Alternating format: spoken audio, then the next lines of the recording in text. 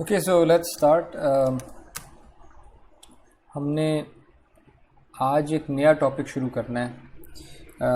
अभी तक हम सिर्फ एक इमेज पे काम कर रहे थे और आज पहली दफ़ा हम दो इमेजेस को यूज़ करके यानी अच्छा इस तरह से देख लें, हम एक इमेज का सीक्वेंस यूज़ करेंगे। एक ही सीन की दो तस्वीरें होंगी पर एक के बाद दूसरी फ़ौरन, जिस तरह वीडियो में होता है।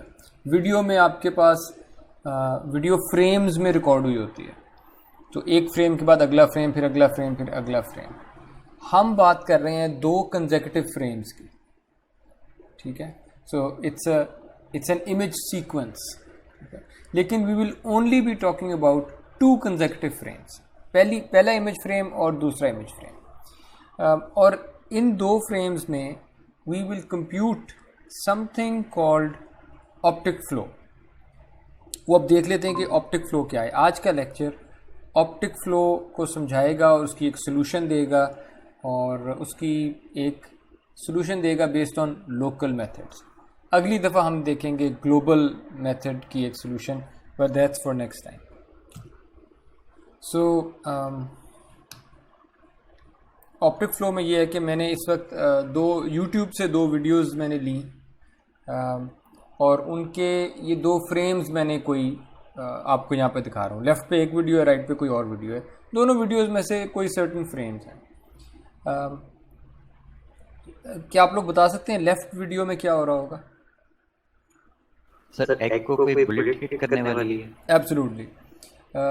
और राइट वाले फ्रेम में चेन सॉ से बॉटल को काटने लगेंगे। चेन सॉ से बॉटल का ढक्कन खोलना है, ठीक है। ओके, ये उन्हीं वीडियोस का अब नेक्स्ट फ्रेम है। सो मैं I'll go back, first frame, second frame, first, second। You see कि थोड़ा सा चेंज है दोनों फ्रेम्स में। जी बिल्कुल। ओके, तो ये जो चेंजेस आ रहे हैं ना, जो आज का लेक्चर है ऑप्टिक फ्लो का, वो इन्हीं चेंजेस को देखने का है, इन्हीं चेंजेस को ढूंढने का है कि कौन सा पिक्सल कितना डिस्प्लेस होके कहाँ चला गया। सो मेजॉरिटी जो पिक्सल्स थे पहले फ्रेम में जहाँ पे पड़े थे, बिल्कुल वैसे ही वहीं पे पड़े रहे दूसरे फ्रेम में भी। लेकिन चंद पिक्सल ऐसे थे, या चंद इमेज पिक्सल्स ऐसे थे जो अगले फ्रेम में कहीं और चले गए थे। स्लाइट डिस्प्लेसमेंट हुई थी उनकी। हमने ये डिस्प्लेसमेंट वेक्टर्स ढूंढने हैं। आज के लेक्चर का मकसद है डिस्प्लेसमेंट वेक्टर्स ढूंढना, हर पिक्सल का डिस्प्लेसमेंट वेक्टर्स। जो पिक्सल नहीं हिले उनका डिस्प्लेसमेंट वेक्टर होना चाहिए 0,0, यानी ये पिक्सल ना एक्स डायरेक्शन में कहीं मूव हुआ है, ना ये वाई डायरेक्शन में कहीं मूव हुआ है। लेकिन वो पिक्सल्स जो मूव हुए हैं वो कितना मूव हुए हैं, एक्स डायरेक्शन में कितना मूव हुए हैं उसे मैं कहता हूँ यू, वाई डायरेक्शन में कितना मूव हुए हैं उसे मैं कहूँगा वी। तो ये यू वी वाला जो वेक्टर है हर पिक्सल के लिए, ये मैंने ढूंढना है। So is the problem clear? Yes sir. Okay, इसको थोड़ा सा फॉर्मली अब यहाँ पे लिखा हुआ है कि ऑप्टिक फ्लो प्रॉब्लम ये है कि where does pixel x comma y in frame z move to in frame z+1, यानी in the next frame x y location पे जो पिक्सल पड़ा था वो जो फ्रेम z में पहले वाले में, वो अगले फ्रेम यानी z+1 में कहाँ पे चला गया। और हम ये कहते हैं कि वो जहाँ भी गया था,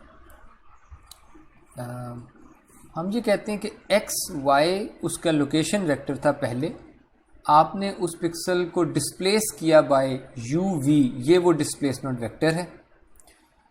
और वो पिक्सल अगले फ्रेम में z+1 में जो उसकी लोकेशन थी फिर वो x प्राइम और y प्राइम कह सकते हैं।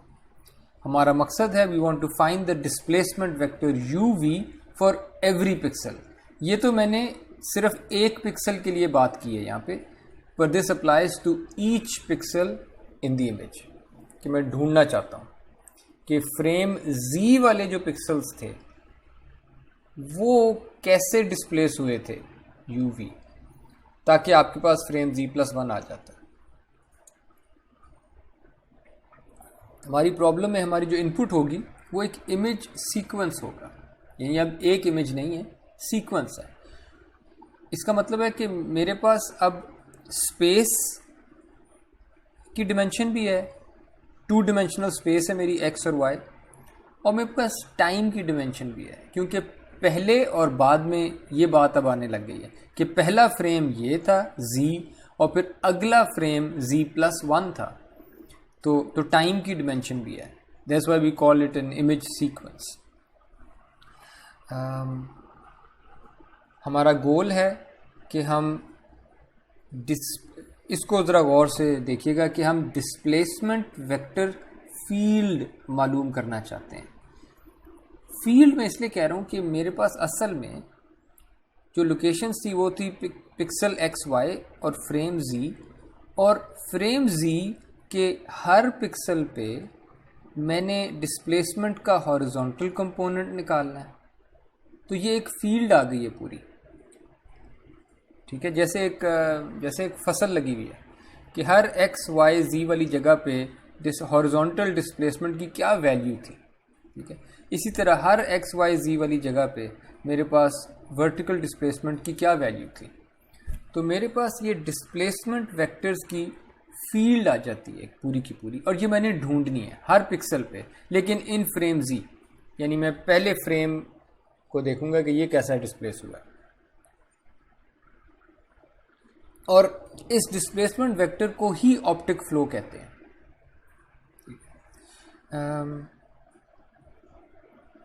और ये जो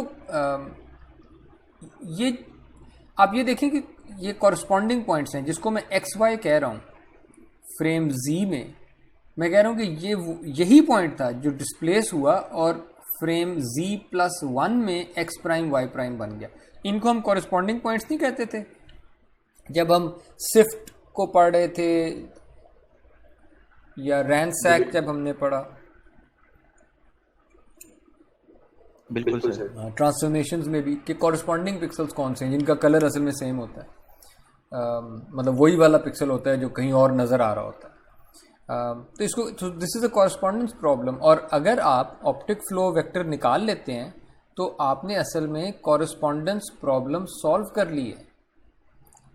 पिछले लेक्चर्स में तो मैं कॉरस्पॉन्डेंस प्रॉब्लम ऐसे सॉल्व करता था कि मैं कहता था मैं मैनुअली मार्क कर देता हूँ कॉरस्पॉन्डिंग पॉइंट्स, एक ये तरीका था। या हम कहते थे अच्छा शिफ्ट वाले इंटरेस्ट पॉइंट्स निकाल लें उनके, या कॉर्नर्स निकाल लें और उनको मैच कर लें शिफ्ट डिस्क्रिप्टर से, तो इस तरह कॉरस्पॉन्डिंग पॉइंट्स निकाल लेते थे। लेकिन यहाँ ज़रा फ़र्क है, यहाँ पे हर पिक्सल के लिए मैं कर रहा हूँ, वहाँ पे तो आप कॉर्नर पिक्सल्स के लिए करते थे कि चंद इंटरेस्टिंग जो पॉइंट्स थे उनके लिए कॉरस्पॉन्डेंसेस निकालते थे। यहाँ तो हम हर पिक्सल के लिए ये करना चाह रहे हैं कि अगर हर पिक्सल के लिए मुझे वो UV मिल जाए तो इसका मतलब है मुझे x प्राइम y प्राइम मिल गया है। इसका मतलब है मुझे पता लग गया है कि हर पिक्सल का कॉरस्पॉन्डिंग पिक्सल दूसरे फ्रेम में कौन सा है, ठीक है। तो ये बड़ी आपने बल्कि देख ही लिया है कि ये जो कॉरस्पॉन्डेंस प्रॉब्लम्स हैं ये कंप्यूटर विजन की बड़ी फंडामेंटल एक प्रॉब्लम है, कई जगह पे यूज़ होती है। ओके, यहाँ तक कोई कंफ्यूजन, कोई सवाल?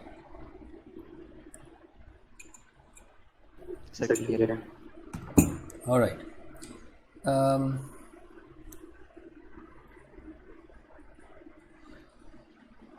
अब सॉल्यूशन की तरफ चलते हैं। There is something known as the grey value constancy assumption. वो सिर्फ ये कह रही है जो हम असल में पिछली स्लाइड पे बात कर चुके हैं कि अगर पिक्सल्स कॉरस्पॉन्डिंग हैं तो फिर उन पे कलर तो सेम होना चाहिए। ये तो बिल्कुल कॉमन सेंस वाली बात है, नहीं कि अगर वो कॉरस्पॉन्डिंग पिक्सल है, अगर यही पिक्सल था जो मूव होकर दूसरे फ्रेम में कहीं और गया है, तो फिर उनमें कलर तो सेम होगा। अग्रीड और नॉट? ये जो कॉमन सेंस वाली सादा सी बात थी, इसका एक ख़ास नाम है, इसे कहते हैं ग्रे वैल्यू कॉन्स्टेंसी। कॉन्स्टेंसी इसलिए कह रहे हैं कि वो सेम रहेगी वैल्यू, कि अगर वो कॉरस्पॉन्डिंग है तो जो ग्रे, अगर लेट्स से हम सिर्फ ग्रे स्केल इमेजेस की बात करते हैं, ठीक है, कलर पे भी ये जा सकती हैं बातें, लेकिन हमारा पूरा लेक्चर ग्रे स्केल पे होगा कि अगर एक ग्रे स्केल वैल्यू है किसी एक पिक्सल पे और उसका कॉरस्पॉन्डिंग पॉइंट दूसरे फ्रेम में पड़ा है, तो दोनों जगह पे सेम ग्रे वैल्यू होगी। इसे ग्रे वैल्यू कॉन्स्टेंसी अजम्पशन कहते हैं। मैं अजम्पशन लेने लगा हूँ अब ये कि अगर आप कॉरस्पॉन्डिंग हैं तो फिर आपकी ग्रे वैल्यू सेम होगी, ठीक है।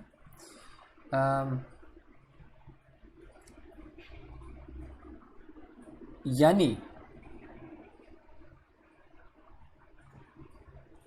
अगर पहले फ्रेम में जिसको मैं जो वैल्यू पड़ी थी उसको मैं कहूँगा i of x y z, और जो सेकंड फ्रेम था z+1, अगर फ्लो वेक्टर u और v है तो इसका मतलब है अगर मैं x से डिस्प्लेस हो जाऊं हॉरिजॉन्टल वर्टिकल डायरेक्शन में u और y से डिस्प्लेस हो जाऊं हॉरिजॉन्टल डायरेक्शन में v, तो ये जो जगह बनेगी, ये जो लोकेशन बन रही है x plus u y plus v in the next frame, इस जगह पे जो इमेज का कलर पड़ा है, ग्रे वैल्यू जो पड़ी है, that should be the same as कि जो ओरिजिनल पिक्सल पे पिछले फ्रेम में पड़ा था। सो ये मैंने सिर्फ ग्रे वैल्यू कॉन्स्टेंसी अजम्पशन को मैथमेटिकली स्टेट कर दिया, मैथमेटिकली लिख दिया, मेरे पास एक इक्वेशन आ गई। Any confusion here? No, sir. Anyone else? No, sir. Clear. Great. पूरा लेक्चर इसको ही लेके चलेगा, सब कुछ अब इस चीज पे बेस्ड है, ग्रे वैल्यू कॉन्स्टेंसी अजम्पशन। थोड़ा सा डिटोर ले लेते हैं। रिकॉल के हमने टेलर सीरीज अप्रॉक्सीमेशन की थी 1D फंक्शंस के लिए। हमने कहा था कि अगर आपके पास एक फंक्शन है और उसकी वैल्यू आपके पास x पे आपको उसकी वैल्यू पता है और आप जानना चाहते हैं कि x के पास यानी थोड़ा सा डिस्प्लेस हुआ हुआ प्लस u किया हुआ है, मुझे फंक्शन की वैल्यू चाहिए x के इर्द गिर्द थोड़ा सा डिस्प्लेस हुआ, तो टेलर सीरीज अप्रॉक्सीमेशन कहती थी अगर मैं सिर्फ first order Taylor series approximation लूँ तो वो कहती है अच्छा आप f(x) की वैल्यू ले लें प्लस जितना डिस्प्लेस किया multiplied by first derivative at x over 1 factorial plus higher order terms थी, second order, third order, fourth order, पर हम सिर्फ फर्स्ट ऑर्डर अगर एक्सपेंशन करें तो ये आती है, ठीक है। हमने ये भी देखा था जब हम स्ट्रक्चर टेंसर को पढ़ रहे थे कि 2 डिमेंशनल फंक्शंस के लिए जो टेलर सीरीज अप्रॉक्सीमेशन है वो बिल्कुल वैसी है, लेकिन हर डिमेंशन के लिए अब अलग एक टर्म आ रही होगी। सो आपने फंक्शन को अप्रॉक्सीमेट करना है अराउंड x, y और कितना डिस्प्लेस हुए हुए हैं u and v। Taylor series approximation कहती है okay the answer should be f of x y plus vertical displacement, या चलें अभी हम अगर मैथ्स में रहते हैं x में डिस्प्लेसमेंट मल्टीप्लाइड बाय x में derivative at x y over 1 factorial plus जो दूसरी डिमेंशन थी y में डिस्प्लेसमेंट मल्टीप्लाइड बाय y में derivative but evaluated at the original location x y over 1 factorial. आज असल में हम 3D फंक्शन देख रहे हैं। 3D फंक्शन में भी फर्स्ट ऑर्डर टेलर अप्रॉक्सीमेशन बिल्कुल स्ट्रेट फॉरवर्ड होगी, सिर्फ यहाँ पे एक और टर्म आ जाएगी थर्ड डिमेंशन के लिए। That's exactly what happened. f of x plus u y plus v z is your third dimension plus w is your displacement in the third direction. The approximation would be f of x y z, original जगह पे क्या value थी, plus first dimension में displacement, first dimension में derivative at x y z over 1 factorial, second displacement, second derivative, third displacement multiplied by third में derivative at location x y z, ठीक है। हमारे केस में हमारा जो फंक्शन है, जो इमेज है हमारी, that's a function of x y and z, तो 3D फंक्शन है क्योंकि मैं इमेज सीक्वेंस की बात कर रहा था। और जब आप कहते हैं मुझे डिस्प्लेसमेंट इधर प्लस यू है, दूसरी में डिस्प्लेसमेंट प्लस वी है, तीसरी में डिस्प्लेसमेंट प्लस 1 है, क्योंकि let's go back to the last slide, मैं इस चीज़ को अप्रॉक्सीमेट करने लगा हूँ। ग्रे वैल्यू कॉन्स्टेंसी अजम्पशन में ये जो हमने सेकंड फ्रेम पे कलर की वैल्यू रिप्रेजेंट की थी, इससे मैं इसको अब टेलर सीरीज अप्रॉक्सीमेशन के थ्रू इस टर्म को लिख रहा हूँ। And what we get is function की वैल्यू यानी I at x y z the original location plus displacement in the first dimension multiplied by derivative with respect to the first dimension at xyz over 1 factorial plus second dimension की displacement into second dimension में derivative plus third dimension की displacement जो कि हमारे case में 1 थी, हमने frame z से फ्रेम z प्लस 1 पे गए थे बस, तो वो डिस्प्लेसमेंट सिर्फ एक फ्रेम की थी।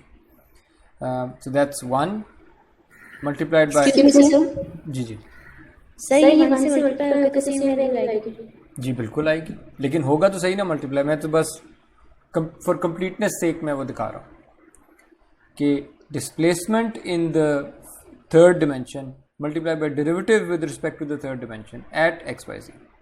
So I'm just following the definition of the first order Taylor series approximation. Any confusion, any questions? No, sir. No, sir. So अगली स्लाइड में मैं अब ग्रे वैल्यू कॉन्स्टेंसी अजम्पशन दोबारा उठाऊंगा पिछली स्लाइड वाली, और उसमें जहां ये पार्ट था उसको मैं अप्रॉक्सीमेट करूंगा by this whole expansion, first order expansion. So the gray value constancy assumption stated कि ओरिजिनल जगह पे पहले फ्रेम में जो कलर था अगले फ्रेम में डिस्प्लेस्ड वाली जगह पे वही कलर होना चाहिए, इसलिए यहाँ इक्वल टू डाला हुआ है। और फिर हमने जो लेफ्ट हैंड साइड है इसको अप्रॉक्सीमेट कर लिया using a first order Taylor series expansion. ये वही है आई u into ix, v into iy, 1 into iz, लेकिन यहां पे इक्वल टू था, यहां पे मैंने अप्रॉक्सीमेटली इक्वल टू डाल दिया। वाई?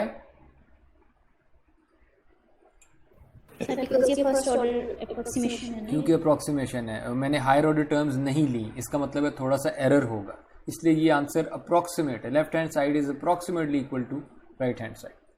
सही? Yes. अब इसमें आप नोट करें कि this first term I of x y z isn't this equal to the right hand side?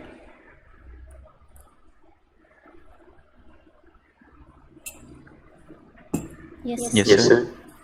which means that these two terms cancel and this is all that you have left. और वो इस तरह से मैंने rearrange करके लिख दिया है। मैंने कहा है अब कि इमेज का डेरिवेटिव इस जगह पे x y in frame z in the first frame multiplied by displacement u plus image का डेरिवेटिव y डायरेक्शन में multiplied by displacement in direction y plus image का derivative in direction z should approximately equal 0। ये follow करता है ना ऊपर से? Yes. यहां पे लेकिन एक खास बात कर दी मैंने, यहां मैंने कह दिया कि assuming uv is a small displacement. ये क्यों कहना पड़ गया मुझे? Taylor series approximation है इसलिए। हाँ, क्योंकि आपने टेलर सीरीज अप्रॉक्सीमेशन ली थी इस एक्सप्रेशन को अप्रॉक्सीमेट करने के लिए, और आपने कहा था कि ये डिस्प्लेसमेंट है u और v और +1, 3 डिमेंशन में डिस्प्लेसमेंट थी। 1 को तो मैं मान लेता हूँ कि हाँ ये तो वाकई छोटी सी डिस्प्लेसमेंट है, एक फ्रेम आगे गया हूँ सिर्फ, कोई मैं 15 फ्रेम आगे नहीं गया। u और v जो है ये तो एक इमेज में मैं काफ़ी ज़्यादा पिक्सल आगे भी पूछ सकता था, ये अप्रॉक्सीमेशन सिर्फ तब वैलिड अप्रॉक्सीमेशन है या अच्छी अप्रॉक्सीमेशन है जब u और v और w भी इनके इस केस में 1 था, जब इनकी वैल्यूज़ छोटी है। जब मैं x y z के करीब करीब अप्रॉक्सीमेट करूँगा तब अप्रॉक्सीमेशन अच्छी होगी, वरना ये जो भी हम कर रहे हैं ये अजीब से रिजल्ट्स देगा। So we are going to assume कि जो दोनों के एक पिक्सल जो डिस्प्लेस हुआ है, अगर तो थोड़ी डिस्प्लेसमेंट थी तो ये जो भी मेथड हम करने लगे हैं ये उस डिस्प्लेसमेंट तक पहुंच जाएगा। लेकिन अगर बहुत बड़ी डिस्प्लेसमेंट थी, आज का लेक्चर उसमें हेल्प नहीं करेगा। Is that clear? Yes sir.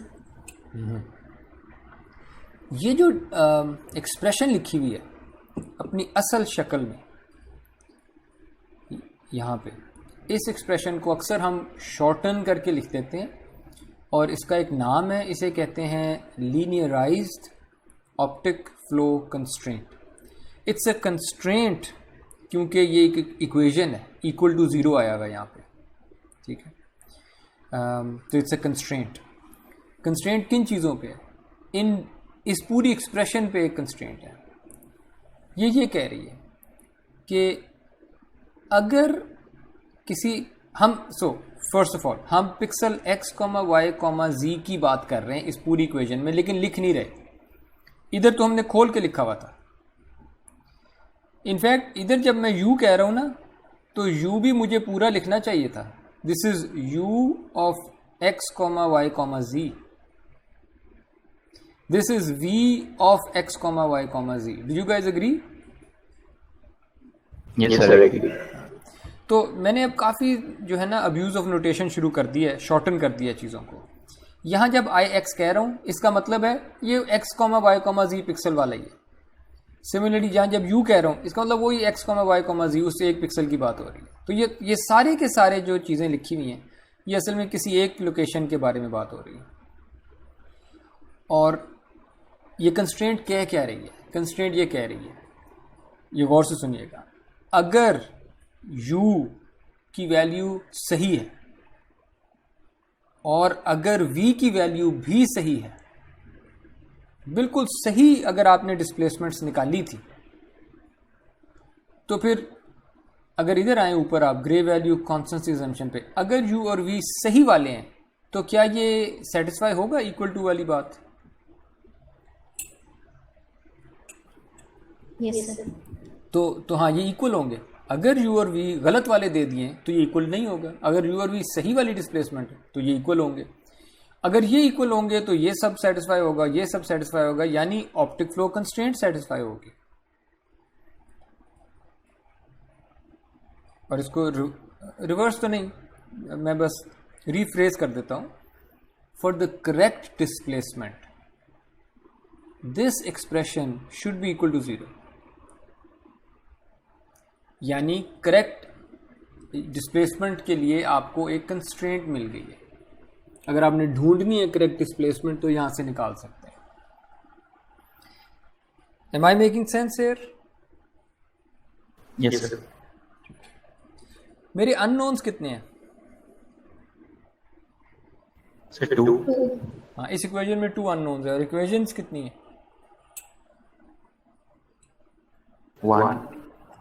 So can you solve for two unknowns using one equation? No sir. Infinite solutions होंगी। Do you guys agree? Infinite solutions होंगी। यस सर, बिल्कुल। काफी सारी वैल्यूज के लिए सेटिस्फाई कर सकेगी। काफी सारी या infinite? Infinite, we can count. हाँ, आपको अब टेक्निकल टर्म्स यूज किया करें। काफी सारी जो है टर्म, ये तो ऐसे हम सड़क पे यूज करते हैं ये वाली टर्म। इन्फिनिट इसकी वो होंगी solutions, because it's one equation in 2 unknowns. ये बिल्कुल ऐसे ही है। ये मैं पहले भी एग्जांपल शायद दे चुका हूँ कि अगर मैं आपसे सिर्फ ये कह देता 2x - 3y equals let's say 0, तो इसमें ये एक लाइन की इक्वेशन होती। ये कोई लाइन है, क्योंकि मैं इसको इस तरह से लिख सकता हूँ जिस तरह आप फेमिलियर हैं, 3y उधर ले जाता हूँ, तो y इक्वल्स 2/3x, मेरे सामने यही बनती है, y इक्वल्स 2/3x। तो क्या ये लाइन की इक्वेशन नहीं है? Yes sir, y equal to mx plus c। और इसका स्लोप है 2/3, सो 1 से थोड़ा सा नीचे को स्लोप होगा, मे बी ऐसे। सो इस लाइन को सेटिस्फाई करने वाले x और y ये तो इन्फिनिट होंगे, है ना? ये वाला भी सोल्यूशन है, ये भी सोल्यूशन है, इस पे भी 0 आएगा आंसर, इस पे भी 0 आएगा, इस पे भी 0। अग्रीड?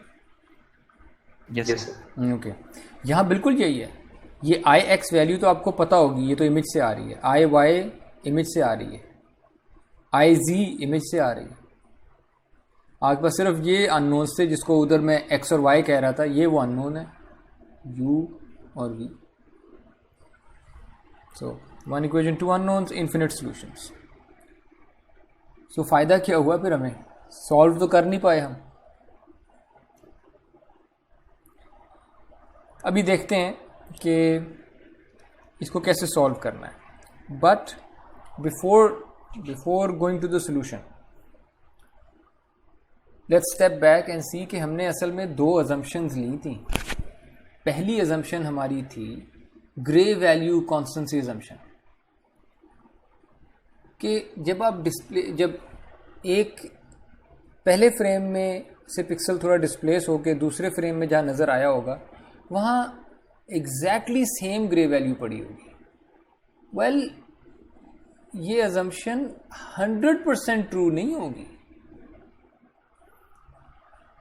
कैमरा के अंदर टेम्परेचर ऊपर नीचे होना, कैमरा के अंदर बिजली का सिग्नल जो है उसके अंदर ज़रा सा नॉइज़ हो जाना, ये सब चीज़ें पॉसिबल है, ठीक है। लाइट का चेंज हो जाना बिटवीन दोज टू फ्रेम्स, ये सब चीज़ें थ्योरेटिकली पॉसिबल हैं। लेकिन ग्रे वैल्यू कॉन्स्टेंसी की अजम्पशन इतनी भी ज़्यादा ख़तरनाक नहीं है, क्योंकि जब हम कंसेक्यूटिव फ्रेम्स की बात करते हैं ना, तो ये बहुत जल्दी आए होते हैं। फॉर एग्ज़ाम्पल, अगर आपके पास वीडियो एक रिकॉर्ड हुई है, तो यूजुअली जो एक रिकॉर्डिंग रेट है वीडियो का, वो 25 फ्रेम्स पर सेकंड। इस रेट पे ना हमें कोई ख़ास फील नहीं होता कि वीडियो स्लो चल रही है या मिस हो रही हैं चीज़ें या क्या। तो अक्सर हम 25 फ्रेम्स पर सेकंड पे वीडियो रिकॉर्ड कर लेते हैं। इसका मतलब है कि जो कंसेक्यूटिव फ्रेम्स के बीच में टाइम होगा वो सिर्फ 1/24 सेकंड्स दूर होंगे। एक फ्रेम और अगला फ्रेम, इनके बीच में जो टाइम गुजरा होगा वो 1/24 सेकंड्स होगा, सेकंड का 24वां हिस्सा, ठीक है। ये 24 क्यों आया, 25 क्यों नहीं आया? इसकी मैथ कर लीजिएगा। और इसका मतलब है कि एक फ्रेम से दूसरे फ्रेम पे जाते हुए बड़ा ही कम चांस है कि उस सेकंड के 24वें हिस्से में किसी ने लाइट ऑन कर दी। कभी कभी हो सकते हैं ये चेंजेस, लेकिन जनरली ये ग्रे वैल्यू कॉन्स्टेंसी अजम्पशन बहुत ज़्यादा वायलेट नहीं होती। वायलेट हो भी जाएगी तो हल्की सी वायलेट हो जाएगी, ग्रे वैल्यू थोड़ी सी बदल जाएगी, बहुत ज़्यादा नहीं बदलेगी। तो grey value constancy assumption is a reasonably safe assumption. दूसरी अजम्पशन जो हमने ली थी वो थी स्मॉल डिस्प्लेसमेंट्स की। स्मॉल डिस्प्लेसमेंट की हमने कभी कहा तो नहीं था हम अजम्पशन ले रहे हैं, लेकिन ये इम्प्लिसिट थी। सो इस तरह से देख लें, ये वाली जो अजम्पशन थी ये एक्सप्लिसिट थी। ये तो हमने खुद ली थी ये अजम्पशन और वहाँ से सारी कहानी शुरू की थी। लेकिन डिस्प्लेसमेंट्स वाली अजम्पशन हमने एक्सप्लिसिटली नहीं ली, लेकिन जैसे ही हम first order Taylor series approximation लाए, टेलर सीरीज अप्रॉक्सीमेशन में एक अजम्पशन होती है कि डिस्प्लेसमेंट्स छोटी हैं।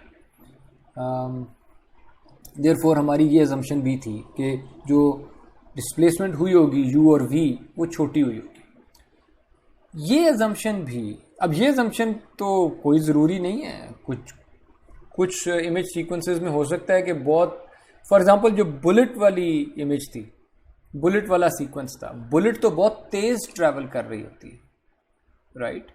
बुलेट बहुत तेज़ ट्रैवल करेगी, एक फ्रेम में यहाँ नज़र आएगी, दूसरे फ्रेम में तो शायद इमेज से बाहर निकल जाए अगर आप 25 फ्रेम्स पर सेकंड पे देख रहे थे। लेकिन अगर बहुत ही हाई फ्रेम रेट था,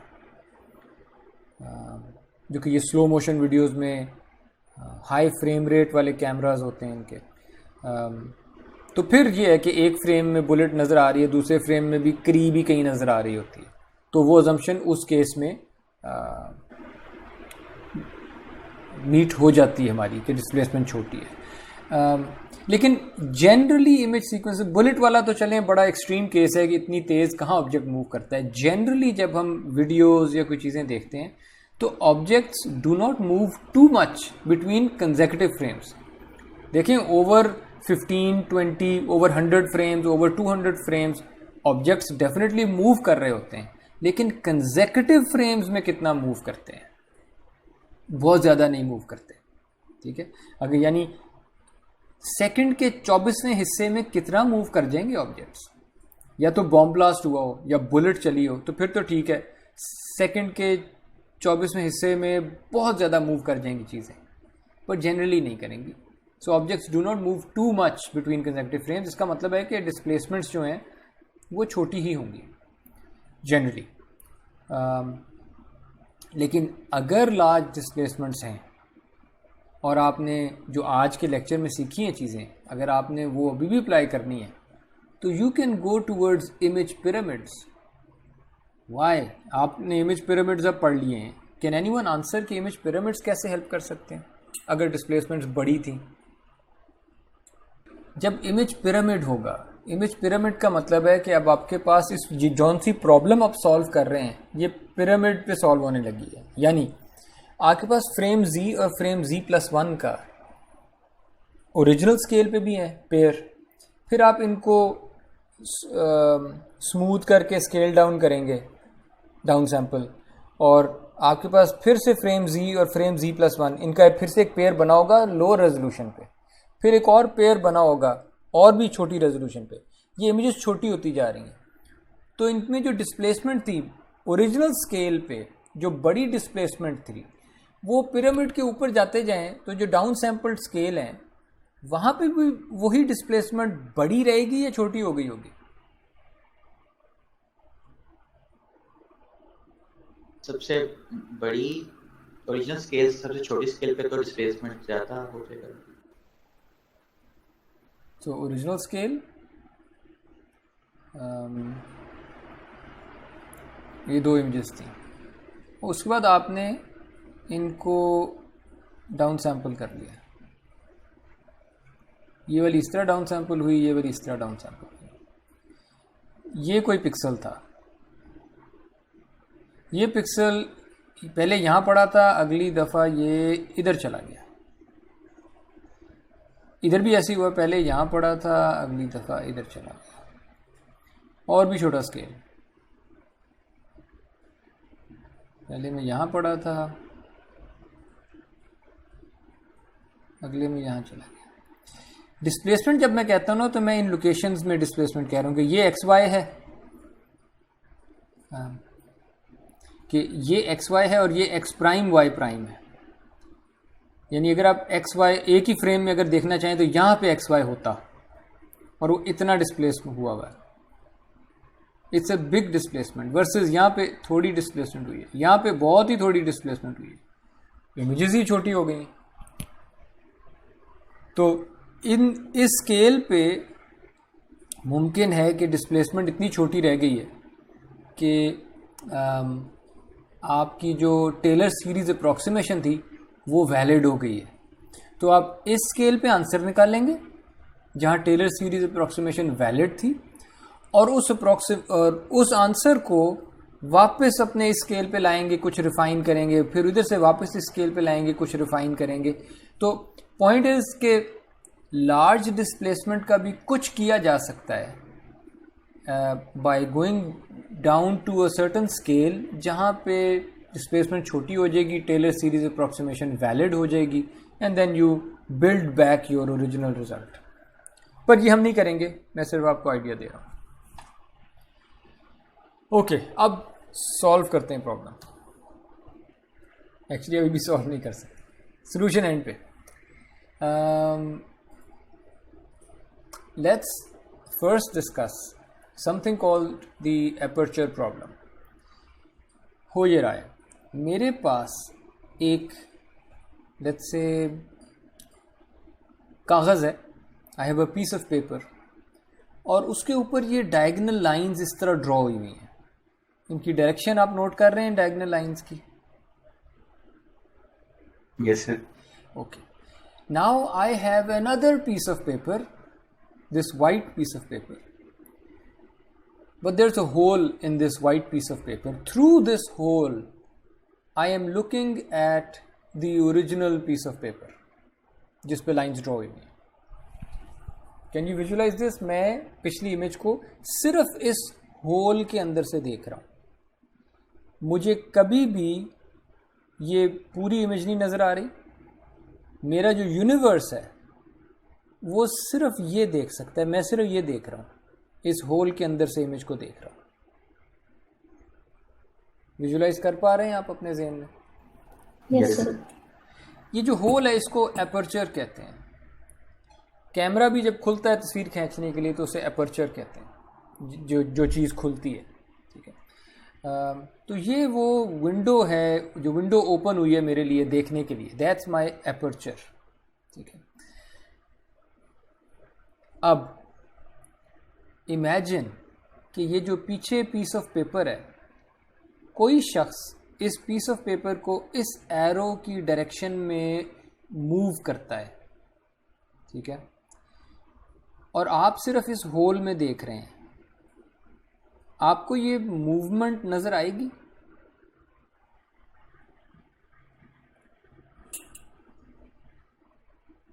यस सर। ओके, कैसी मूवमेंट नजर आएगी? ये वाली जो लाइंस हैं ये इधर को ट्रैवल कर रही होंगी ऐसे करके। Yes sir. ग्रेट।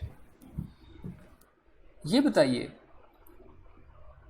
मैंने ऐसे में ना दो सवाल कर दिए या दो कॉन्सेप्ट्स आ गए यहाँ पे। जिस बंदे ने पीस ऑफ पेपर खींचा था उसने पीस ऑफ पेपर को किसी एक डायरेक्शन में मूव किया था। That was the real movement of the piece of paper, right? Do you guys agree? The real movement of the piece of paper was this arrow. Yes sir. But the second concept that I introduced was, what did you see? मैंने सवाल इस तरह से पूछा ना कि आपको क्या नजर आया था? And you said we'll see the complete movement. Agreed? You're seeing the complete, जो actual movement हुई थी आपको भी वही नजर आ रही है यहाँ पे। Agreed? Yes sir. Now let's take the second case. Imagine that the person is moving that same piece of paper in this direction. And now I ask you the same question. What do you see through this hole?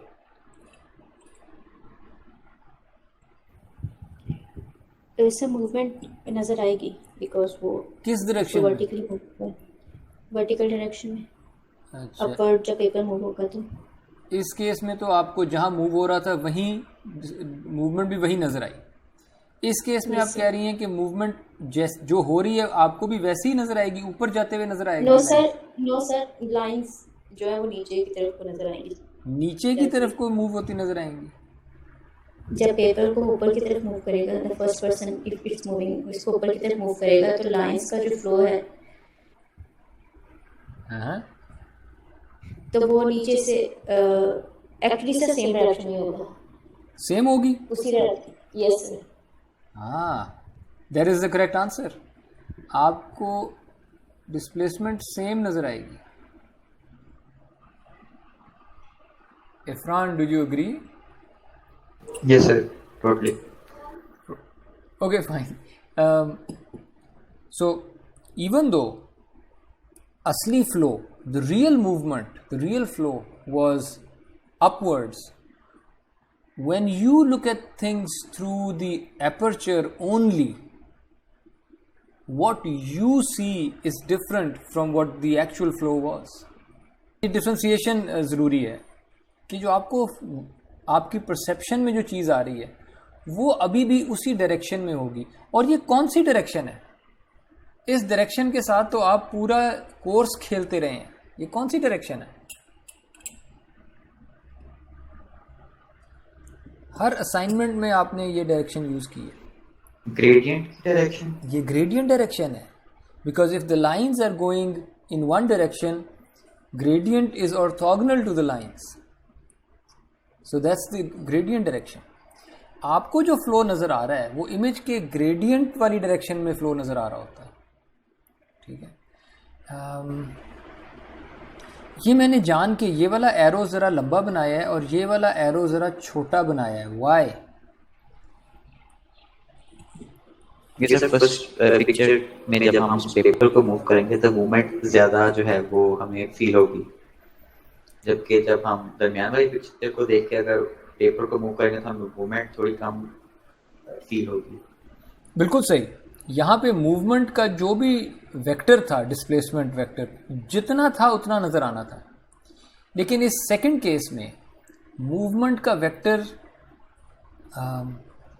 So let me draw this, movement का vector असल में इस direction में था, असली वाला, लेकिन जो आपको नज़र आती है चीज़ वो ग्रेडियंट के ऑर्थोगोनल जो थी ना वो नज़र आती थी,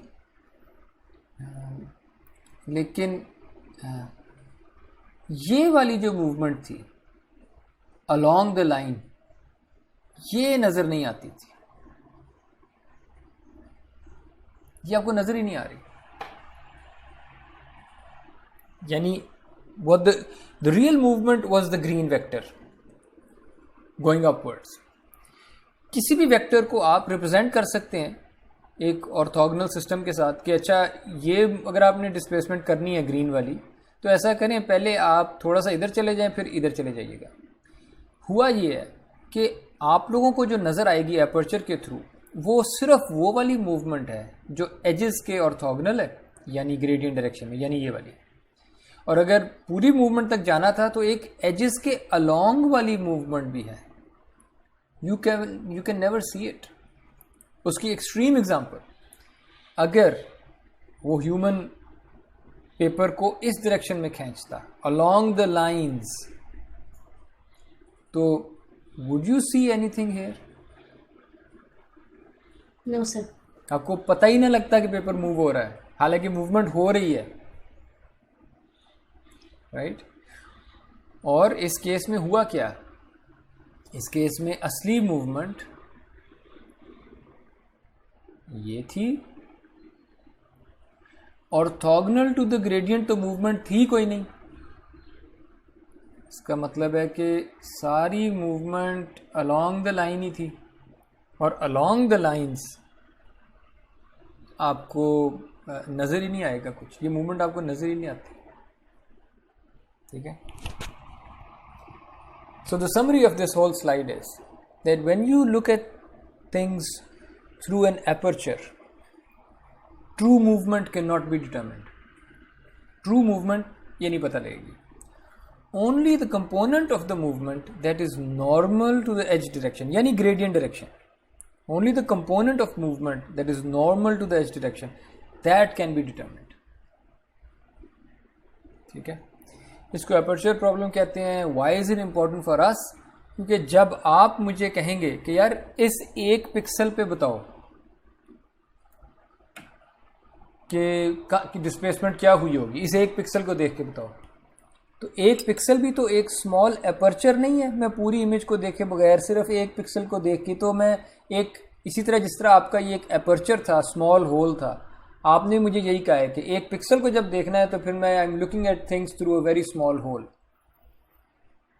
उस पिक्सल पे ग्रेडियंट डायरेक्शन के अलोंग अगर मूवमेंट हुई थी नज़र आ जाएगी, तो पिक्सल का रंग चेंज होता नज़र आएगा।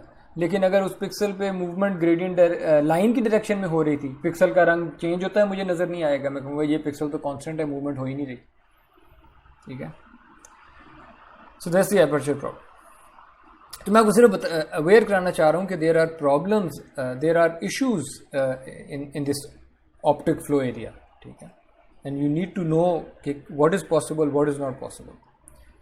और आप इन वजहों से आप सोल्यूशन को भी अप्रिशिएट करेंगे कि सोल्यूशंस कितनी अच्छी है। अभी भी सोल्यूशन पे नहीं हम जा रहे, एक और चीज़ देखते हैं। हमने ये देख लिया था कि जो ऑप्टिक फ्लो कंस्ट्रेंट थी वो एक इक्वेशन थी इन टू अननोन्स, जिसका मतलब है कि इन्फिनिट सॉल्यूशंस होंगी। जो ऑप्टिक फ्लो कंस्ट्रेंट है आप उसको ऐसे भी लिख सकते हैं, just take a second to expand this equation. इसको खोलें, इस इक्वेशन को खोल सकते हैं आप। नेबुला आई क्या चीज़ थी? Gradient vector. Gradient vector. Okay, so खोल लेते हैं। सो u और v मैं ट्रांसपोज करके लिखती हैं अब, ठीक है। और यहाँ पे है नेबुला वेक्टर जिसके अंदर ग्रेडियंट x में और ग्रेडियंट y में, ये वो डॉट प्रोडक्ट लिख दिया ना मैंने, yes plus i derivative in with respect to z equals 0। So क्या ये वो नहीं आ गया u i x plus v i y plus i z equals 0? क्या ये ऑप्टिक फ्लो कंस्ट्रेंट नहीं थी? Yes sir. Yes sir. So you guys agree कि ये मैंने ऑप्टिक फ्लो कंस्ट्रेंट ही लिखी हुई है? यस। ग्रेट। अच्छा, अब मैं करने क्या लगा हूँ? मैं ये कह रहा हूँ कि अगर उस पिक्सल पे जो डिस्प्लेसमेंट वेक्टर था वो सही था, u और v अगर वो सही था तो आंसर 0 आएगा। यही कह रहे हैं ना हम?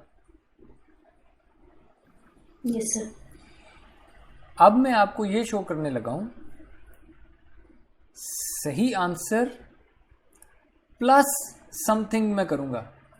सही आंसर के अंदर मैं कोई चीज़ ऐड करूंगा अभी, विच मीन्स कि आंसर अब सही नहीं रहेगा। u और v में अगर कोई चीज़ ऐड कर दूं, चेंज कर दूं इनको, तो अब तो ये सही वाली डिस्प्लेसमेंट नहीं रहेगी। You agree with this point? Yes sir. और अब मैं आपको दिखाने लगा हूं कि सही आंसर में कुछ मैं ऐड भी कर दूं तब भी आंसर 0 आ सकता है। Let's do this. ये वो uv था, इस uv के अंदर मैंने कुछ ऐड कर दिया। थोड़ी देर इसको भूल जाएं क्या ऐड किया, अभी इस पे बाद में आते हैं, पर जस्ट रिमेंबर मैंने कुछ ऐड कर दिया। वही ट्रांसपोज, वही नेबुला आई, वही प्लस आई जी। मैं अब इस एक्सप्रेशन को खोल के लिखने लगा हूं। Are you guys with me? Yes sir. Yes sir. But before that अब मैं आपको बताता हूँ कि मैंने क्या ऐड किया है। नेबुला आई जो था ये ग्रेडियंट डायरेक्शन थी। ये नेबुला आई का ये सिंबल आपको पता है क्या है? उसके परपेंडिकुलर डायरेक्शन, उसके ऑर्थोगोनल डायरेक्शन। जो भी ग्रेडियंट वेक्टर की डायरेक्शन थी उसके ऑर्थोगोनल कोई वेक्टर उठाया मैंने, which means if this is nebula I, then this is nebula I का orthogonal vector. Agreed? Yes sir. Okay. So मैंने कोई वेक्टर लिया है, वो जो भी इमेज का ग्रेडियंट वेक्टर था नेबुला आई, उससे उसका ऑर्थोगोनल वेक्टर ले लिया मैंने और उसको k से मल्टीप्लाई कर दिया, कोई स्केलर, सम स्केलर के। ठीक है। इसका मतलब है कि ये ब्रैकेट्स के अंदर जो भी चीज़ अब पड़ी है ये वो सही वाली डिस्प्लेसमेंट नहीं थी। ये सही वाली डिस्प्लेसमेंट तो uv है, उसमें कुछ ऐड कर दिया। बाय द वे ये इसका मतलब है कि अगर मेरे पास लाइन इधर को थी ना, तो ग्रेडियंट वेक्टर उसके ऑर्थोगोनल पॉइंट कर रहा था। ये जो मैंने डायरेक्शन ली है ये वाली, ये लाइन के अलोंग वाली डायरेक्शन है, लाइन के अलोंग। आपको याद है पिछली स्लाइड पे हमने देखा था कौन से वाला फ्लो है जो हमें नजर ही नहीं आता? along the line। हाँ, तो मैंने अलोंग द लाइन ही कोई वेक्टर ऐड किया है यूवी के अंदर, ठीक है। एंड लेट्स सी, मैथमेटिकली देख लेते हैं कि नज़र नहीं आएगा। अब एक्सपैंड करते हैं। ये दो एक्सप्रेशंस हैं ब्रैकेट के अंदर। मैं ब्रैकेट खोलता हूँ तो u v transpose into nabla I आ जाएगा। ये first expression, are you with me? Yes sir. फिर के into nabla I orthogonal into nabla I आ जाएगा, दिस एक्सप्रेशन। जी ठीक है। अग्रीड? जी एग्री। प्लस आई जी आ जाएगा, प्लस आई जी आ गया। इस एक्सप्रेशन में नेबुला आई का ऑर्थोगोनल वर्जन का मैंने डॉट प्रोडक्ट लिया नेबुला आई के साथ। वेल, ये नेबुला आई है, ये उसका ऑर्थोगोनल वर्जन है। ऑर्थोगोनल वेक्टर्स का जब डॉट प्रोडक्ट लेते हैं क्या आंसर आता है? जीरो आ गया यहाँ पे, विच मीन्स ये ब्लू एक्सप्रेशन सारी गायब हो गई। पीछे क्या बचा आपके पास? क्या ये ऑप्टिक फ्लो कंस्ट्रेंट की लेफ्ट हैंड साइड नहीं है? Yes sir. और ऑप्टिक फ्लो कंस्ट्रेंट कहती है कि ये लेफ्ट हैंड साइड तो जीरो होती है, तो आंसर जीरो आ गया। यानी जब आप कहते थे कि नहीं यूवी के लिए ये एक्सप्रेशन जीरो होती है, मैंने आपको कहा है कि हाँ यूवी के लिए जीरो होती है, लेकिन अगर आप यूवी के अंदर कोई ऐसा वेक्टर ऐड कर दें जो लाइन के अलोंग मूव करने वाला है, तब भी जो आंसर है ये पूरी लेफ्ट हैंड साइड, इसका आंसर फिर से जीरो आ जाएगा। ये वही है कि लाइन के अलोंग जो मूवमेंट हो रही होगी वो आपको नजर नहीं आएगी, कंस्ट्रेंट अभी भी सेटिस्फाई हो रही है। आप सिर्फ यानी आप ये जो लाइन के अलोंग वाला फ्लो है ना, ये नहीं निकाल सकते। जो फ्लो आप निकाल सकते हैं वो लाइन के ऑर्थोगोनल डायरेक्शन से जो निकलता है वो ही निकाल सकते हैं।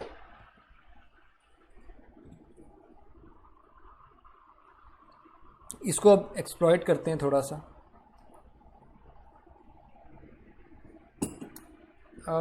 थोड़ा सा आपने ना कोशिश करनी है, मेरे साथ रहना है।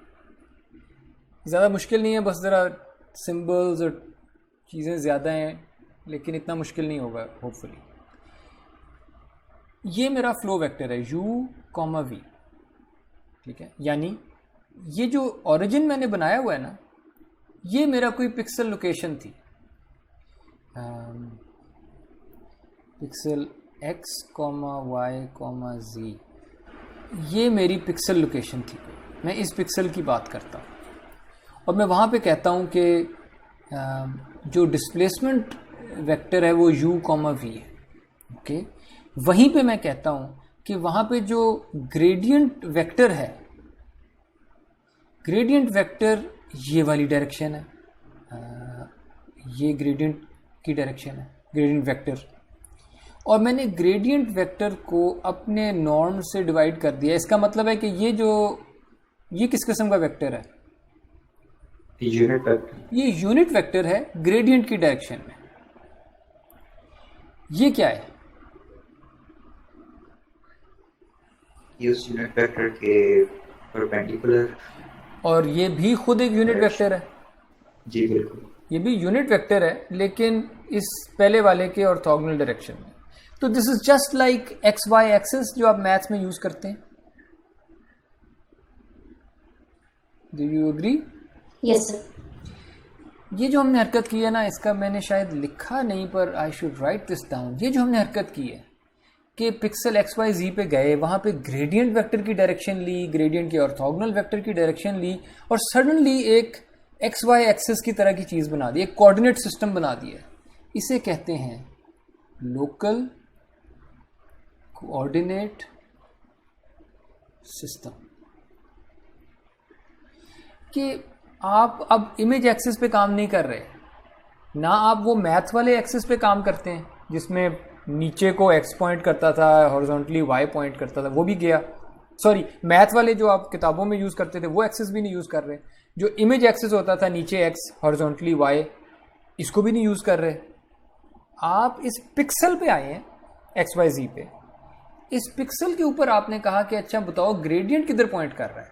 आपने उसके हिसाब से एक एक्सिस बना दिया है और ग्रेडियंट के ऑर्थोगोनल एक एक्सिस बना दिया है। यानी अगर लाइन है तो लाइन इधर जा रही होगी, जो विजिबल लाइन है वो इधर को जा रही होगी, और उसके ऑर्थोगोनल ये डायरेक्शन है। आपने खुद ही एक कोऑर्डिनेट सिस्टम बना लिया, orthogonal to the line and along the line. This is a local coordinate system. ये टर्म कुछ क्लियर हुई लोकल कोऑर्डिनेट सिस्टम की? क्योंकि ये हर पिक्सल का अपना हो सकता है। ये बात मानते हैं आप? Yes. That's why it's local. Okay, मैं अब इस लोकल कोऑर्डिनेट सिस्टम में आ गया हूं, और ये जो मेरा वेक्टर था u और v, इसको मैं अब इस लोकल कोऑर्डिनेट सिस्टम के हिसाब से इसके देखना चाहता हूं कि क्या वैल्यूज बनती हैं, इधर कैसे रिप्रेजेंट होगा इस कोऑर्डिनेट सिस्टम में। वेल, अगर मैं इसको, मुझे इजाज़त दें मैं इसको एक्स एक्सिस कह दूं और इसको वाई एक्सिस कह दूं। अगर मैं इसको एक्स एक्सिस पे प्रोजेक्ट करूं तो ये आ जाएगा U N V N.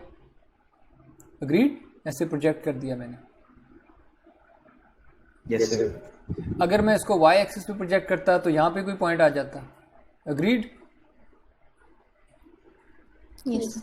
Okay, हम सिर्फ एक्स एक्सिस की प्रोजेक्शन देख रहे हैं, जो कि ग्रेडियंट वेक्टर, ग्रेडियंट वाली डायरेक्शन में प्रोजेक्शन है।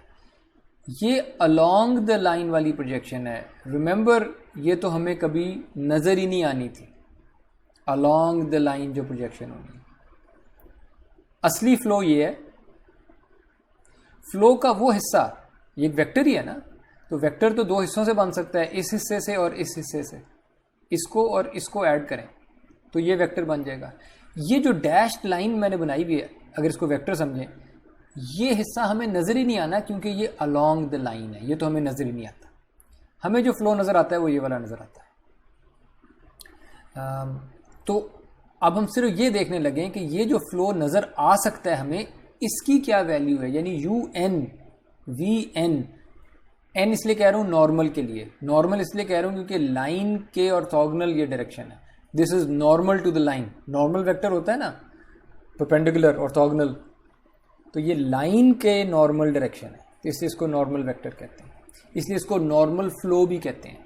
फ्लो का वो हिस्सा जो लाइन के असल में नॉर्मल है, यही हमें नज़र आता है, दूसरा तो नज़र ही नहीं आ रहा होता, असली भी नज़र नहीं आता। ये कैसे कंप्यूट होगा? Well, U N V N जो है वो यू वी को प्रोजेक्ट करके आया है। आपने इसको प्रोजेक्ट किया था इस वेक्टर पे। Do you agree with this? U N V N is the projection of U V onto this unit vector. Yes sir. Okay, projection तो डॉट प्रोडक्ट से होती है। प्रोजेक्शन डॉट प्रोडक्ट होता है, स्पेशली अगर unit vector है एक। तो मैंने यहाँ पे लिख दिया U N V N equals U V projected onto this unit vector, और वो प्रोजेक्शन डॉट प्रोडक्ट से होती है। और ये सिर्फ वो वैल्यूज दे देगा यू एन और वी एन। यहाँ से यू एन वी एन की वैल्यूज तो आ जाएंगी, स्केलर वैल्यूज। लेकिन यू एन वी एन आप इस तरह से देखें, जब मैं कहता हूं कि ये एक्स एक्सिस है और ये वाई एक्सिस है, और मैं आपसे कहता हूं 3,1 ये वाला पॉइंट है, 3 इधर 1 इधर, 3,1। तो जिसको आप वेक्टर 3,1 लिखते हैं, ये असल में क्या हो रहा है? असल में ये है 3 टाइम्स एक्स एक्सिस।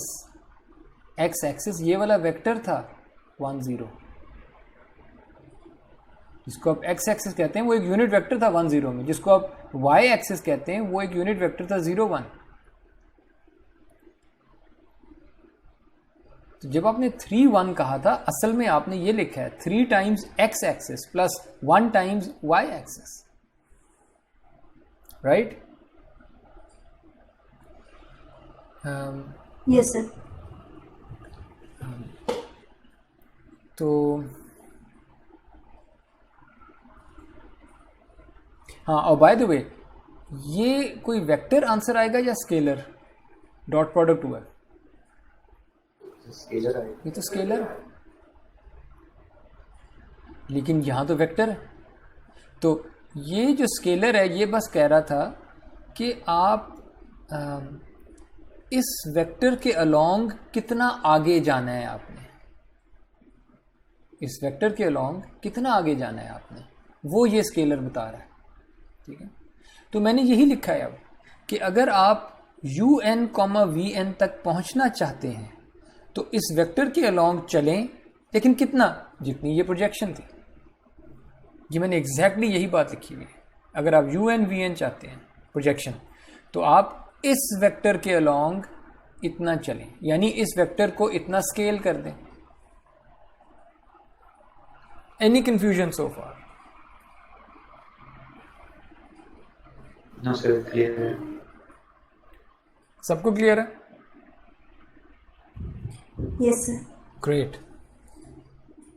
ओके, फिर एक काम करते हैं, आप मेरे साथ रहिए और इसको और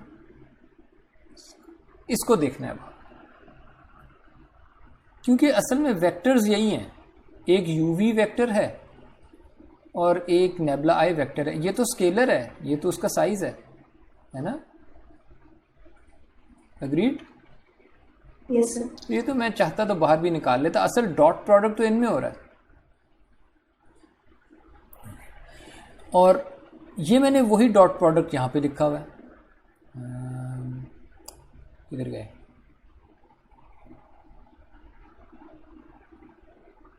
ये वही डॉट प्रोडक्ट नहीं है? बिल्कुल सर।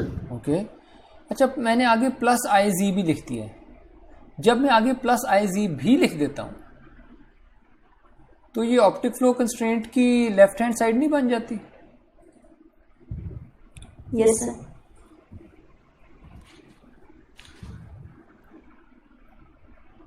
और वो तो जीरो होती है। अग्रीड? Yes sir. अगर वो जीरो होती है तो इसको मैं रीअरेंज करके ऐसे लिख सकता हूं कि ये जो हाईलाइटेड पार्ट है, ये वाला highlighted part, this is equal to minus I G, yes sir. और ये वही हाईलाइटेड पार्ट है, यस सर, सेम। तो this is equal to minus I G replace कर सकता हूं। Yes sir. This is exactly what I have done here. मैंने यहाँ पे उसको जो भी हाईलाइटेड था उसको मैंने माइनस आई जी कह दिया। मैं हाईलाइट को छोटा करता हूँ, मैंने इसको माइनस आई जी कह दिया। हम आगे जा सकते हैं? Yes sir. ओके, सो मैंने इसको रिप्लेस कर दिया माइनस आई जी से। इसके नीचे मैग्नीट्यूड ऑफ ग्रेडियंट था, ये मैग्नीट्यूड ग्रेडियंट आ गया यहाँ पे। इसके आगे ये यूनिट वेक्टर था, ये आगे यूनिट वेक्टर मौजूद है। ठीक है, बाकी तो मैंने बस कैरी फॉरवर्ड किए हैं 1 2 3 चीजें, 1 2 3। सही? अब Yes, sir. अब ये नेबुला वेक्टर है ना, आई एक्स आई वाई पड़ा होगा इसके अंदर। बिल्कुल सर। यहाँ पे मैंने आई एक्स के साथ आई जी मल्टीप्लाई कर दिया, आई वाई के साथ आई जी मल्टीप्लाई कर दिया। सही? क्योंकि यहाँ आई जी ठीक है। मल्टीप्लाई हो रहा था। ये माइनस था, ये माइनस यहाँ पे रह गया। ये नेबुला आई मैग्नीट्यूड था, लेकिन जब मैग्नीट्यूड लेते हैं तो स्क्वायर रूट भी लिया होता है ना आपने। जी। तो यहाँ पे भी वो स्क्वायर रूट है, यहाँ पे भी वो स्क्वायर रूट है। तो जब मैं इनको मल्टीप्लाई करूंगा स्क्वायर रूट खत्म हो जाएगा। Yes sir. और किसी भी वेक्टर का जो मैग्नीट्यूड है वो component square plus component square ऐसे होता है ना, पहला कंपोनेंट का स्क्वायर प्लस सेकंड कंपोनेंट का square and so on. Yes sir. और फिर स्क्वायर रूट लेते थे। स्क्वायर रूट जो है वो अब कैंसिल हो जाएगी क्योंकि ये मल्टीप्लाई हो रहे हैं आपस में। तो this is just I x का स्क्वायर प्लस आई वाई का स्क्वायर। ठीक है? Yes sir. ओके, सो हम काफ़ी डीप मैथ में चले गए। Let's step back. हासिल क्या हुआ इस सारी मेहनत के बाद? हासिल सिर्फ ये हुआ है कि जो ऑप्टिक फ्लो कंस्ट्रेंट थी, one equation in two unknowns, जिससे इन्फिनिट सॉल्यूशंस मिलनी थी, और हमें यह भी पता है कि आपको असली फ्लो तो मिल ही नहीं सकता था यूवी, आपको अलोंग द लाइन जो फ्लो का कंपोनेंट है वो नज़र तक नहीं आता, फील भी नहीं होता आपके दिमाग को। जो आपके दिमाग को फील होता है वो सिर्फ लाइन के या इमेज के जो ग्रेडियंट डायरेक्शन में जो फ्लो है वो नज़र आ रहा होता है आपको। उस एक इक्वेशन से आप ये यू एन वी एन ये निकाल सकते हैं। एक इक्वेशन से आप असली यू वी नहीं निकाल सकते, प्लस लेकिन from that one equation you can compute some part of the flow and that's the normal flow. यानी असली लाइन के नॉर्मल डायरेक्शन में जो फ्लो का कंपोनेंट था यू एन वी एन, ये आप निकाल सकते हैं, और उसकी एक्सप्रेशन ये लिखी हुई है, और वो सिर्फ इमेज ग्रेडियंट से निकल आएगा। अगर आपके पास इमेज का ग्रेडियंट एक्स डायरेक्शन में था, वाई डायरेक्शन में था, जी डायरेक्शन टाइम की डायरेक्शन में था, तो आपके पास ये नॉर्मल फ्लो निकल आएगा। आप लोग मेरे साथ हैं यहाँ तक? Any confusions? Clear sir? Confusions हैं? नो सर, क्लियर है यहाँ पर। इफरान? जी सर, क्लियर। Okay, alright. तो ये तो है नॉर्मल फ्लो। जब मैंने लेक्चर शुरू किया था मैंने कहा था ऑप्टिक फ्लो हम निकालेंगे। So to compute a better estimate of optic flow we need to make some assumptions. आपके पास जो पहली अजम्पशन हम लेके आए थे ना, ग्रे वैल्यू कॉन्स्टेंसी, उससे हमारे पास अननोन्स 2 और इक्वेशन 1, ये सिचुएशन आई थी। मैं ये चाहूँगा आइडियली कि अगर मेरे अननोन्स 2 थे तो मेरे पास इक्वेशंस भी कम से कम 2 तो आए ना, ताकि मैं वो अननोन्स को सही तरह सॉल्व कर सकूं। यानी मैं अभी गिव अप नहीं करना चाह रहा। यू और वी, ये तो जो मैथ हमने की इसने तो बड़े कन्विंसिंगली क्लियरली कह दिया है भाई यू वी आप नहीं निकाल सकते। ये तो मैथमेटिकली प्रूव हो गया है। ये वाला कंपोनेंट आपको नज़र भी नहीं आ सकता, तो आप ये नहीं निकाल सकते। लेकिन I am not giving up. मैं देखता हूँ कि हाँ, अगर मैं एक पिक्सल को देखूँ, अपर्चर प्रॉब्लम, अगर मैं एक पिक्सल को ही देखूँ, अगर मैं उसी होल में से ही देख रहा होता तो मैं अग्री करता आपके साथ कि आप यूवी नहीं निकाल सकते। इसलिए मैं अपना अपर्चर लेथ से बड़ा कर लेता हूँ। मैं एक पिक्सल को नहीं देखता, मैं ज़रा ज़्यादा पिक्सल्स को देख लेता हूँ, शायद मैं सही यूवी तक पहुँच सकूँ। ठीक है, तो अब मैं कुछ और अजम्पशंस लूँगा और मैं असली यूवी तक पहुँचने की कोशिश करूँगा। Which brings us to the local optic flow method invented by Lucas and Kanade. Lucas and Kanade का जो मेथड है वो बड़ी सिंपल सी अजम्पशन एक लेता है।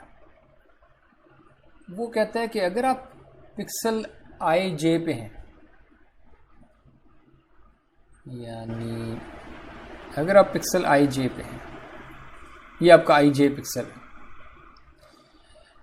और आप कहते हैं कि इस पे मैंने यू वी निकालने हैं, तो अजम्पशन आप ये लेते हैं, आप कहते हैं कि आई जे के इर्द गिर्द जो नेबरहुड है, लेट्स से थोड़ी देर के लिए हम 3x3 नेबरहुड उठा लेते हैं, बिल्कुल इमीडिएट।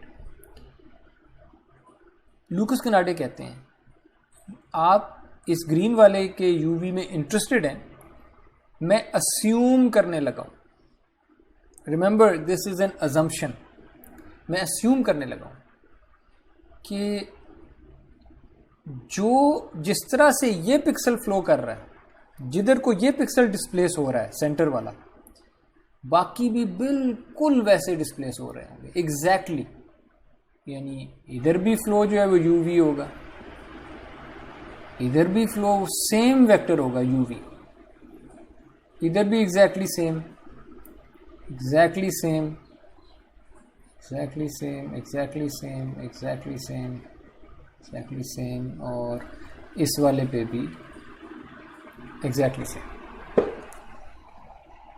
ठीक है, yes sir. Okay.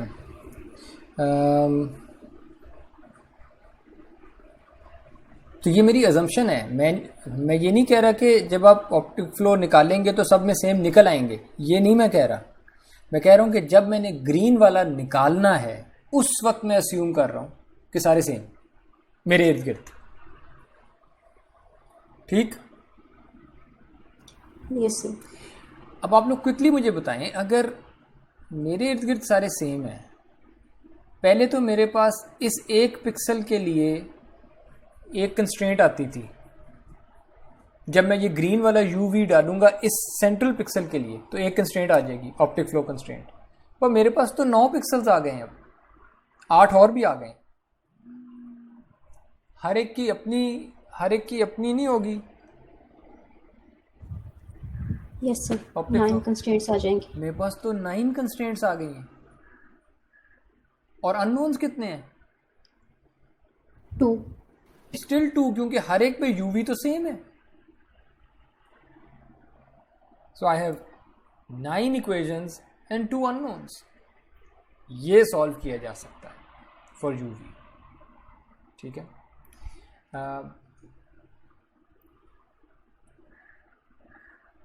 So what you do is,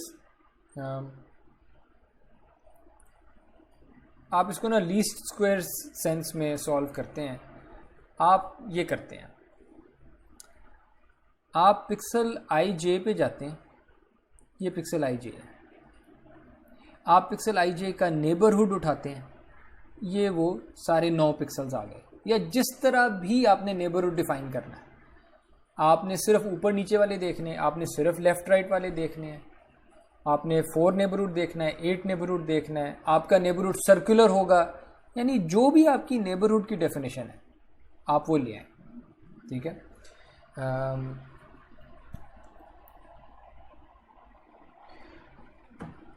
आप नेबरहुड में जाएं, नेबरहुड में आप हर पिक्सल पे जाके, क्या ये वो ऑप्टिक फ्लो कंस्ट्रेंट की लेफ्ट हैंड साइड नहीं है?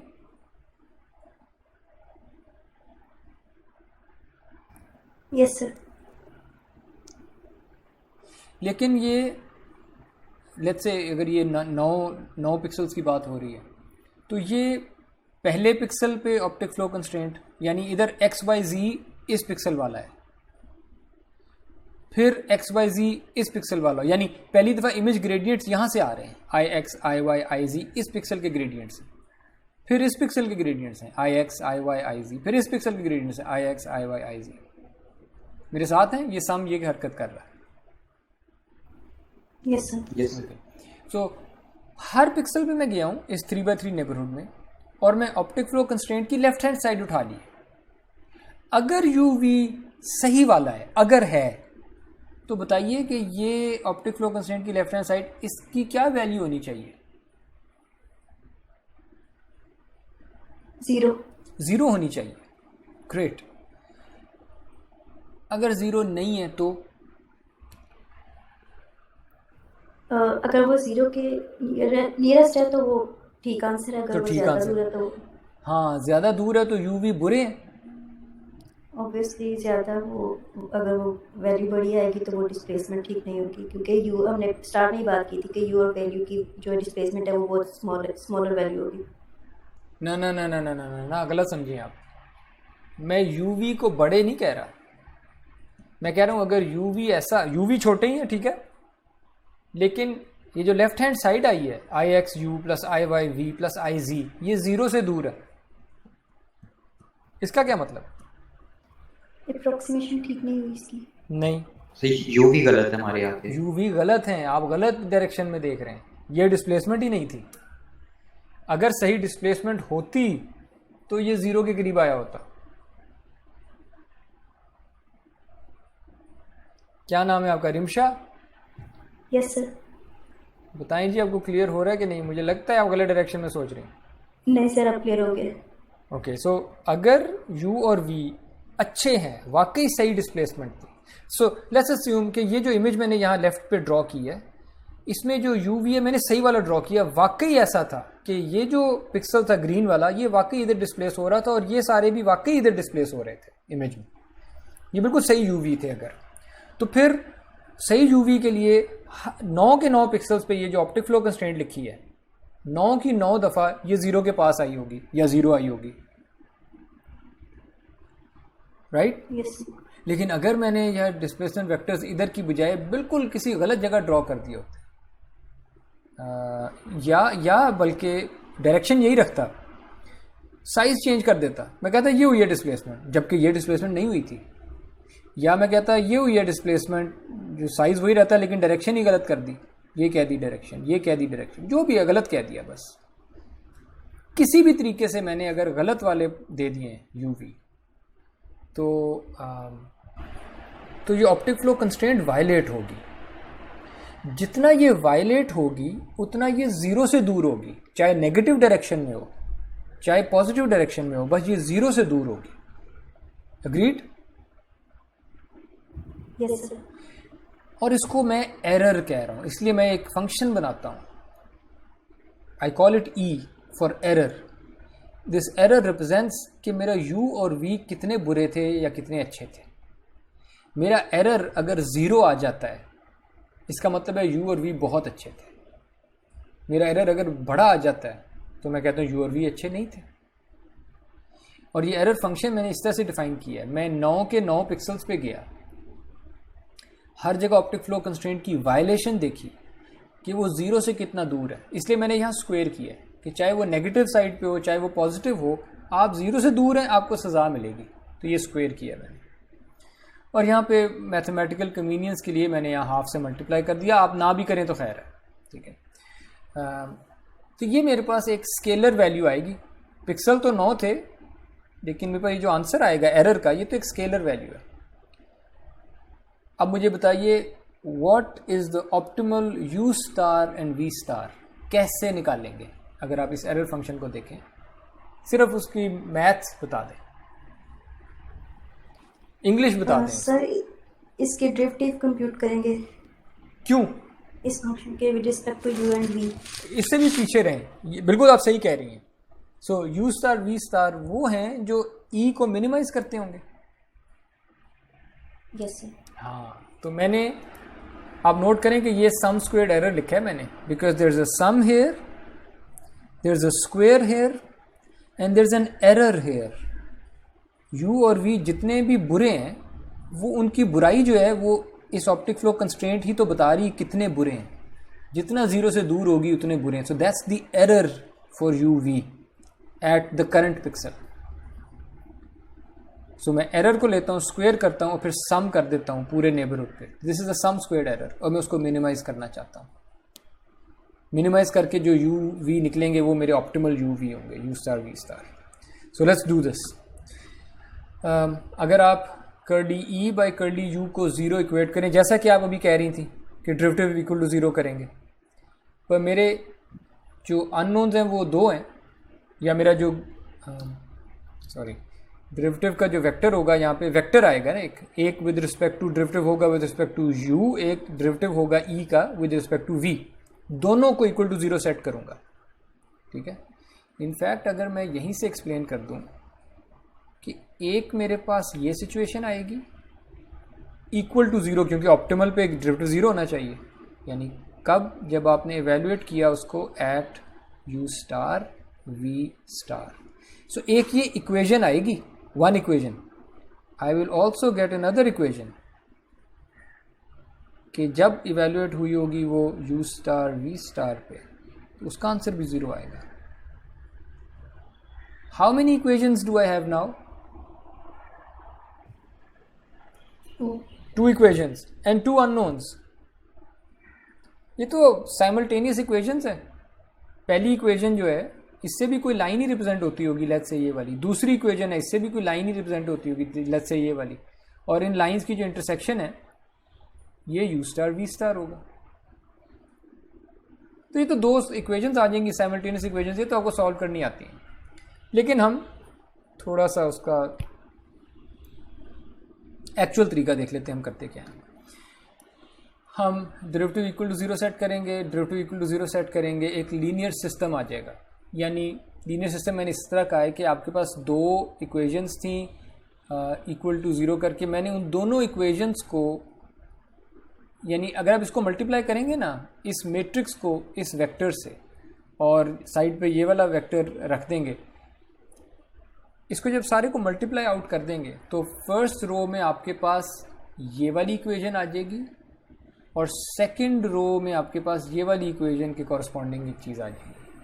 मैंने सिर्फ ये किया है कि जब आप ये डेरिवेटिव्स ले लेंगे तो आपके पास दो इक्वेशंस आएंगी, उन लीनियर इक्वेशंस है ना, तो एवरी लीनियर सिस्टम, ये आपको याद है, every linear system can be written in matrix vector form.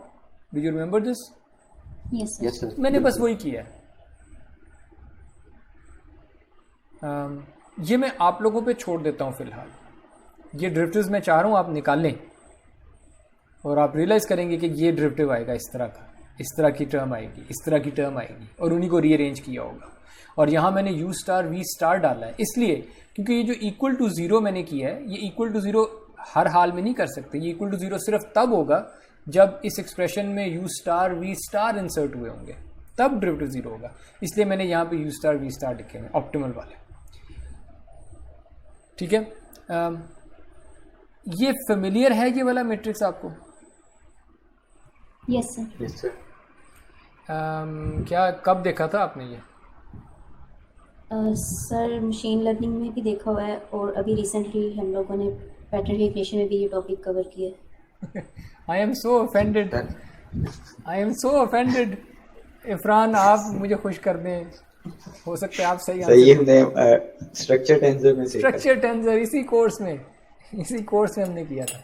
सो जब हम कॉर्नर डिटेक्शन कर रहे थे तो तब हमने स्ट्रक्चर टेंसर बनाया था। आपको याद है स्ट्रक्चर टेंसर में x वाले डेरिवेटिव्स का स्क्वायर लेते थे, सम कर लेते थे नेबरहुड में, y वाले डेरिवेटिव लेते थे, स्क्वायर करते थे, सम कर लेते थे, और फिर जो मिक्स मल्टीप्लाई करते थे दोनों को और फिर सम कर लेते, और वो सिमेट्रिक टर्म होती थी दोनों तरफ। ये स्ट्रक्चर टेंसर ही बना हुआ है जो कॉर्नर डिटेक्शन में हम देख चुके हैं। ये एग्जैक्टली वही है यहाँ भी। ठीक है, और वो वाला लेक्चर आप जाके दोबारा रिविजिट कर लें। तब मैंने कहा था कि स्ट्रक्चर टेंसर का बड़ा रोल होगा कंप्यूटर विजन में बाद में भी, तो ये मैं वो काउंट करवा रहा हूँ कि मैं सही कह रहा था तब। ठीक है, तो ये स्ट्रक्चर टेंसर ही है यहाँ पे। कॉर्नर डिटेक्शन की बारी आपके पास ये वाला कोई पार्ट नहीं होता था, ये u स्टार और ये इक्वल टू और ये कुछ भी नहीं था, सिर्फ स्ट्रक्चर टेंसर था आपके पास, और उस स्ट्रक्चर टेंसर के eigen vectors, eigen values, trace, determinant, इन चीज़ों को यूज़ करके आप फैसला करते थे कि कॉर्नर है कि नहीं है, कॉर्नर कौन सा पिक्सल, ij वाला पिक्सल।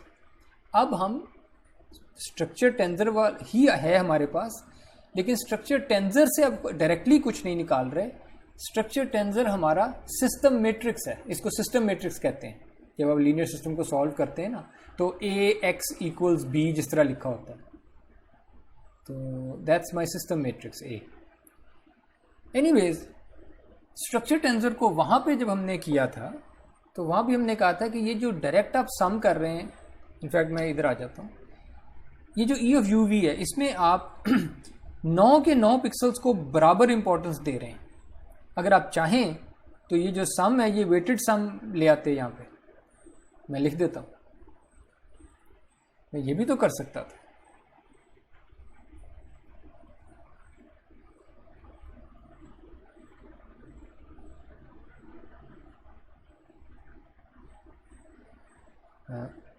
वेट किसका बताऊँ, के कह देता हूँ। Okay, let me right this clearly. मैं ये भी कह सकता था कि मेरे पास एक सम है, इंडेक्स है के,